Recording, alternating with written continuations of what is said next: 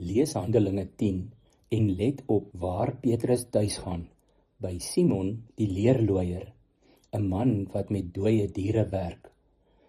Nog voordat God vir Petrus die visioen gee, het hy hom reeds ongemerk oor 'n grens laat beweeg. Vir die Jode was die reinheidswette van die Torah 'n uiters ernstige saak. Levitikus 11 maak 'n duidelike onderskeid tussen rein en onrein diere, sien onder andere vers 47. En daarom was Petrus se reaksie op die visioen heel verstaanbaar. Hy sien 'n groot doek uit die hemel afsak met allerhande diere daarin, en dan hoor hy die opdrag: staan op, Petrus, slag en eet. Maar Petrus antwoord: onder geen omstandighede nie, Here, want ek het nog nooit iets wat onrein is geëet nie.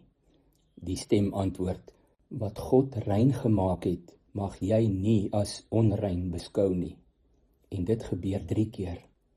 Daar skuil 'n merkwaardige teenstelling in Petrus se antwoord: nooit nie, Here.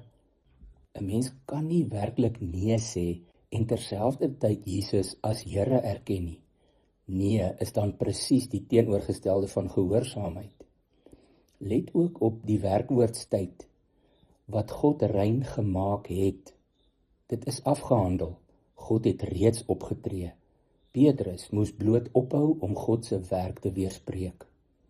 Hoewel die visioen oor kos gaan, maak Petrus self later dit duidelik dat dit eintlik oor mense gaan. In Handelinge 10 vers 28 sê Petrus: God het vir my gewys dat ek geen mens as onheilig of onrein mag beskou nie. Die Here self breek die muur af wat eeue lank tussen Jode en heidene gestaan het. Lees ook Efesiërs 2 vers 14, as ook Petrus later in sy eerste brief hoofstuk 1 vers 1 saam met 2 vers 9. Juis hierdie skeiding was een van die grootste struikelblokke vir die verspreiding van die evangelie. Die eerste gelowiges was hoofsaaklik Jode en het gesukkel om te aanvaar dat God se genade ook vir die heidene bedoel was. Al het die Ou Testament en Jesus se eie woorde dit reeds vooruit aangekondig, onder andere in Genesis 12 vers 3, Jesaja 49 vers 6, Lukas 2 vers 32 en die alonbekende opdrag in Handelinge 1 vers 8.